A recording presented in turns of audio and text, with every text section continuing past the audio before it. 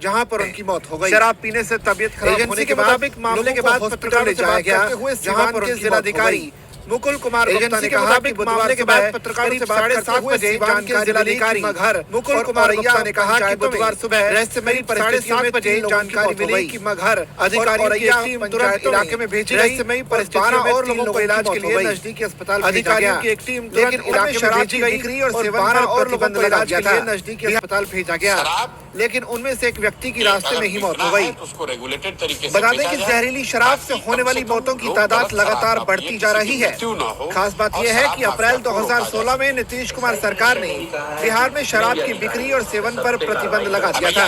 बिहार सरकार ने हाल ही में कबूल किया कि अप्रैल 2016 में राज्य में शराबबंदी लागू होने के बाद से अवैध शराब के सेवन से 150 से ज्यादा लोगों की मौत हो चुकी है।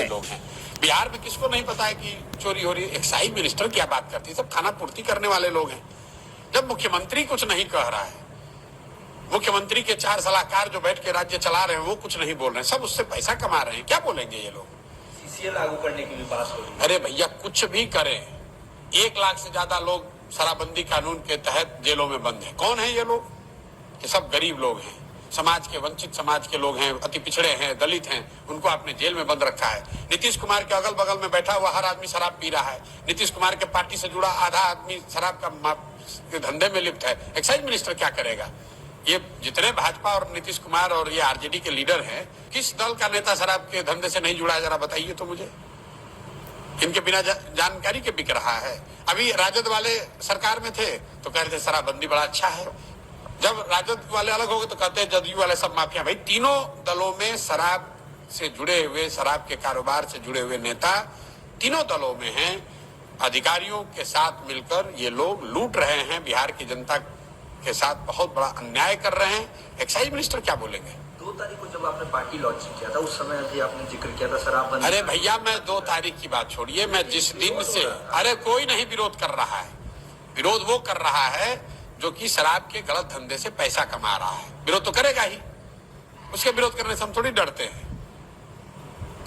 2 तारीख की बात नहीं, हम पिछले 2.5 साल से मेरे हर एक बयान को उठाकर देख लीजिए, मैंने उसका पूरा आधार दिया है कि दुनिया में कहीं पर भी, किसी भी देश में, किसी राज्य, किसी समाज में इस बात का प्रमाण नहीं है कि शराबबंदी के जरिए समाज का भला हुआ हो, समाज का विकास हुआ हो। दूसरा बात लोग बताते हैं गांधी जी ने कहा, ऐसे ऐसे बेवकूफ हैं। मैं 100 दफे कह चुका हूं कि गांधी जी ने शराबबंदी को सामाजिक प्रयास के तौर पर बताया कि समाज को कोशिश करनी चाहिए कि लोग शराब से अलग रहें, शराब न पिए। वो ठीक बात है।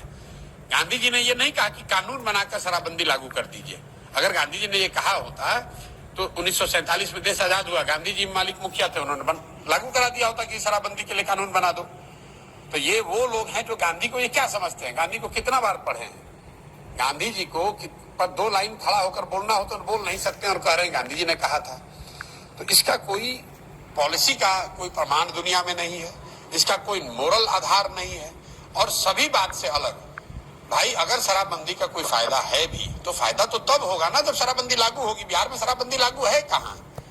बिहार में शराबबंदी के नाम पर दुकान बंद हुई, सरकार को रेवेन्यू मिलना बंद हुआ, सरकार शराब का कारोबार करने वाले लोगों पर जो रेगुलेशन होना चाहिए वो खत्म हो गया।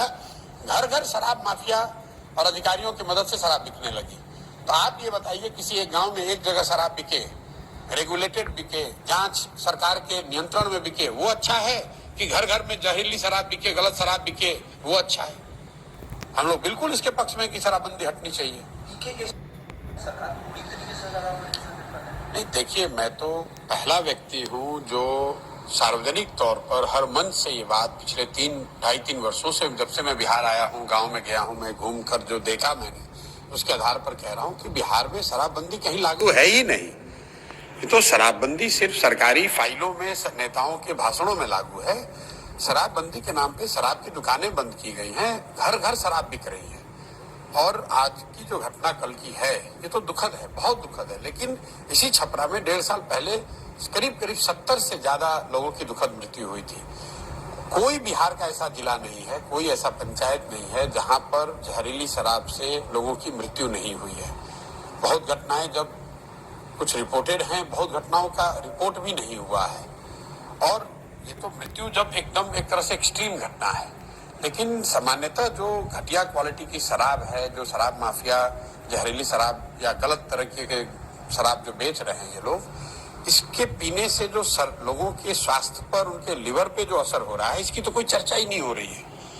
और ये जो घर घर बिकने वाली शराब है, कहीं ना कहीं बिहार के समाज को, बिहार की सरकार को ये समझना होगा कि आप शराबबंदी के नाम पर दुकान बंद किए हुए हैं, हर घर में शराब बिक रही है और जहरीली और गलत शराब बिक रही है। 10 रुपए की शराब 100 रुपए में बिक रहा है। और ये सारा कुछ का फायदा किसको हो रहा है? फायदा यहाँ के भ्रष्ट अधिकारियों को हो रहा है, यहाँ के भ्रष्ट नेताओं को हो रहा है।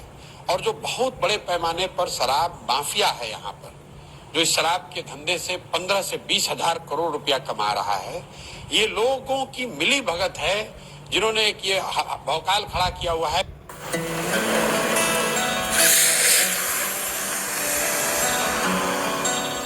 Papa, where does this rainbow start? Let's find out. Bihar की जनता के पक्ष में नहीं है। इससे पहली बात कि कहीं शराबबंदी है नहीं, घर घर में शराब बिक रही है। और इस तरह के स्पूरियस लिकर से, जहरीली शराब के पीने से लोगों का स्वास्थ्य, उनकी मृत्यु हो रही है, उनके स्वास्थ्य को हानि हो रही है। सरकार का बिहार जैसे गरीब राज्य का हर साल 15 से 20 हजार करोड़ का नुकसान हो रहा है और ये पैसा अधिकारी, नेता और शराब माफिया लूट रहे हैं। और इतनी एक तरह से संवेदनहीनता आ गई है कि इतनी मौत की बात, इतनी दुखद मृत्यु के बाद सरकार की ओर से, सरकार के मुखिया नीतीश कुमार वहां जाएंगे तक नहीं। पिछली बार करीब 70 लोगों की मृत्यु जब छपरा में हुई, इसी जिले में, तो सरकार की ओर से कोई गया भी नहीं।